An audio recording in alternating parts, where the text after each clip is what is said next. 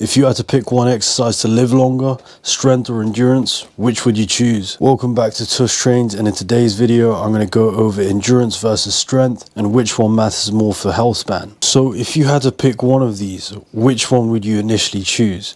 I know the one I would choose. So without further ado, let's get straight in. So let's go over the endurance training benefits. To start with the heart and the lungs, endurance training can be classified basically as running, cycling, swimming, walking, or doing any kind of aerobic activity. And what this does is it increases something called your VO2 max. The VO2 max is your strongest predictor of your lifespan. The higher your VO2 max, the lower your risk of cardiovascular disease, dementia, and early death. Not to brag, but my VO2 max is about 57 right now. I'm hoping it can get to about 60 or 65 just before I die, and that will be perfect. Anyway, let's get back to the point. In regard to your mitochondria, you probably heard in science classes that the mitochondria is the powerhouse of the cell, and they would be entirely right. So endurance training basically boosts your mitochondrial health, which is central to longevity and energy. In regard to metabolic health, it improves insulin sensitivity and fat metabolism. So if you come from an Asian background or you have a history of diabetes, it would be good to include some type of endurance training into your life. Now, in regards to your brain, there's something called the BDNF, which is the brain-derived neurotrophic factor. What this means is that it supports neuroplasticity and prevents against cognitive decline. Neuroplasticity is basically learning things, and it improves your ability to learn things and take things in. In addition to this, it improves your resilience to stress. So I used to be a very stressful person, especially when I didn't exercise. So when I started to exercise, it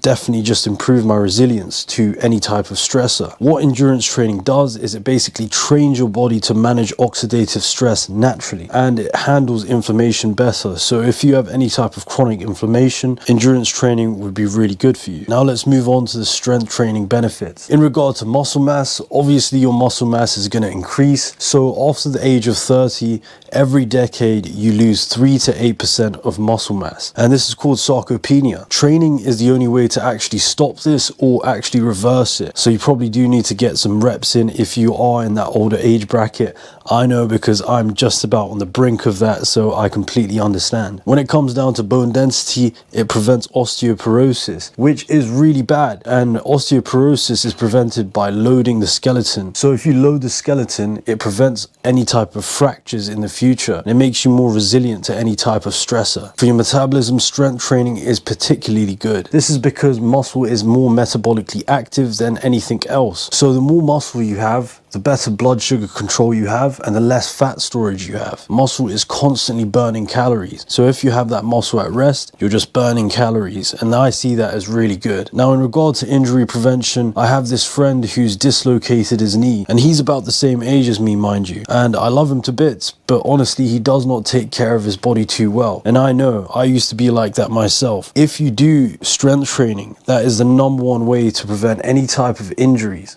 So strong muscles protect the joints, and they keep mobility high as you age. And especially as we're turning to that age bracket I mentioned before, I don't even want to talk about that, but especially because we're entering that age bracket, things can start to decline really quickly. Now, there is actually a link between longevity here, and the two links would be grip strength and leg strength. These are both predictors of mortality, and the stronger you are, the longer and healthier you live. So in the end, which one actually wins, strength or endurance? So endurance extends your engine life, which means your heart, your lungs, and mitochondria, and strength training preserves your hardware, such as your muscles, bones, and joints. Both of these things independently reduce the risk of early death and chronic disease, and research shows that people who live the longest actually combine both of these things. Now, just to summarize this, I do want to give you a practical takeaway of what I just mentioned here. If you do endurance training and only endurance training, I want you to throw 2 strength training sessions in there per week. That would be really good for you. And if you're the complete opposite, all you do is lift weights, what you have to do is take 150 minutes out of your week just to do zone 2 cardio or zone 2 aerobic endurance. And I have found the complete sweet spot.